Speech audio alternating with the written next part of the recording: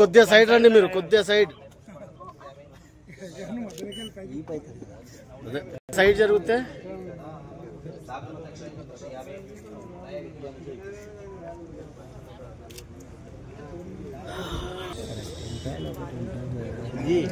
అన్న అంజనా కొద్దిగా side background అన్న కొద్దిగా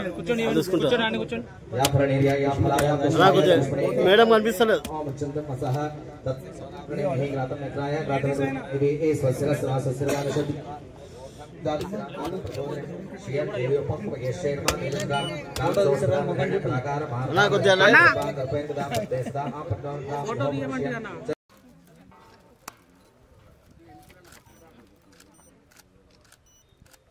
మేడం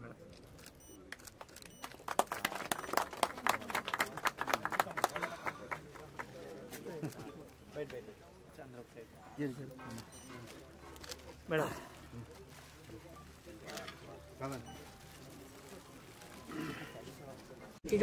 ఫోన్ వస్తుంది, సెల్ ఫోన్ వస్తుంది ఫోటోలో మేడం.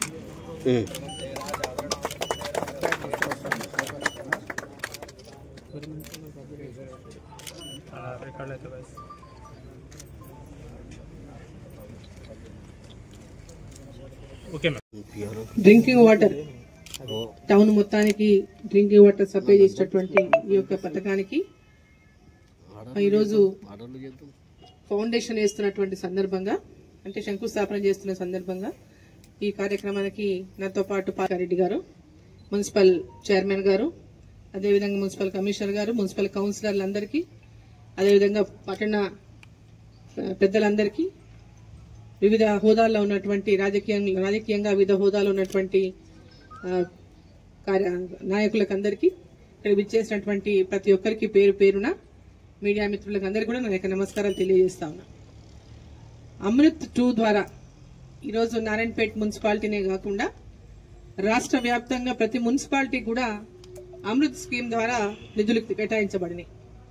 కేంద్ర ప్రభుత్వం ప్రతి మున్సిపాలిటీలో కూడా అమృత్ 2 కింద మరి అనేక మున్సిపాలిటీలకు పెద్ద ఎత్తున నిధులు కేటాయించింది. దీంట్లో ఆ గైడ్ లైన్స్ లోకి మరి ఆ మున్సిపాలిటీల్లో వారికి ఉన్నటువంటి ప్రతిపాదనలను ఇది చేసుకుని వాటిని ఆ స్కీమ్ కింద వాళ్ళు ఇక్కడ డ్రింకింగ్ వాటర్ కోసమని మరి ఈ యొక్క స్కీమ్ ని ఇక్కడ పెద్ద ఎత్తున దీంట్లో ప్రతి ఇంటికి మంచినీళ్ళు అందించాలనేటటువంటి లక్ష్యంతోన మరి ఈ కార్యక్రమం ఏదైతే కేంద్ర ప్రభుత్వం ద్వారా ప్రతి మున్సిపాలిటీకి ఈరోజు అందిస్తున్నటువంటి నేపథ్యంలో ఇక్కడ ఈరోజు దాన్ని శంకుస్థాపన చేసుకున్నాం.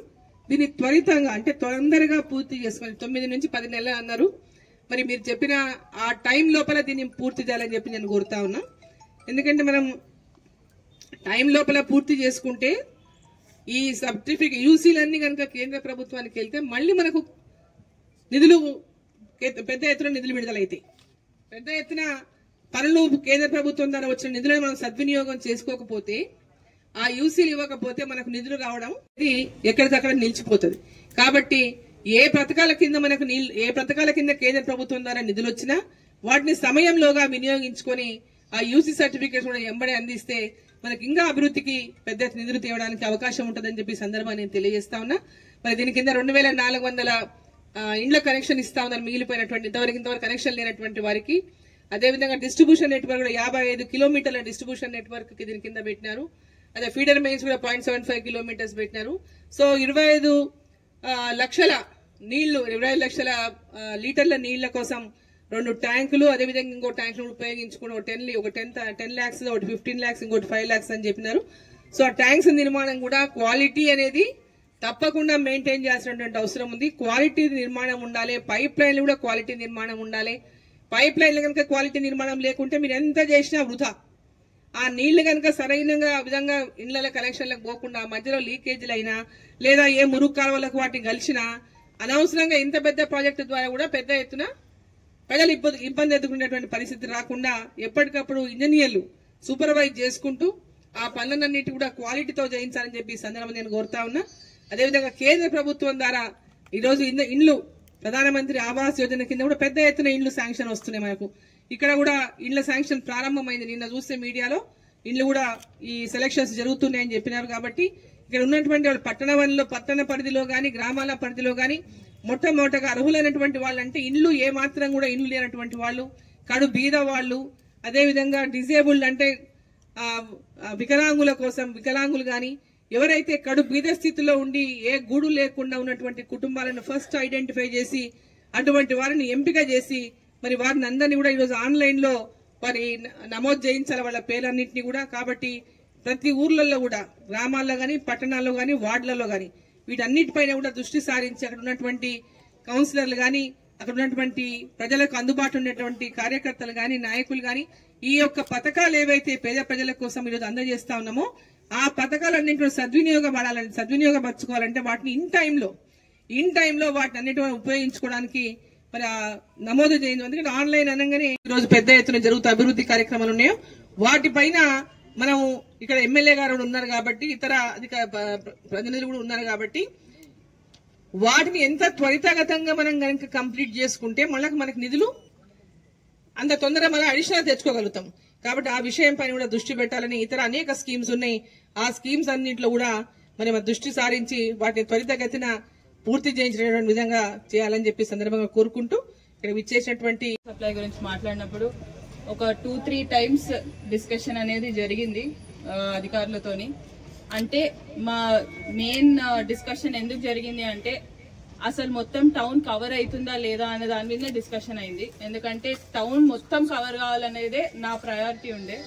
సో దాంట్లో కొంచెం అటు ఇటు చేసి ఫైనలీ మొత్తం టౌన్ కవర్ అయ్యేటట్టు ఈ 3 ట్యాంక్స్ ద్వారా దాన్ని డిజైన్ చేయడం జరిగింది.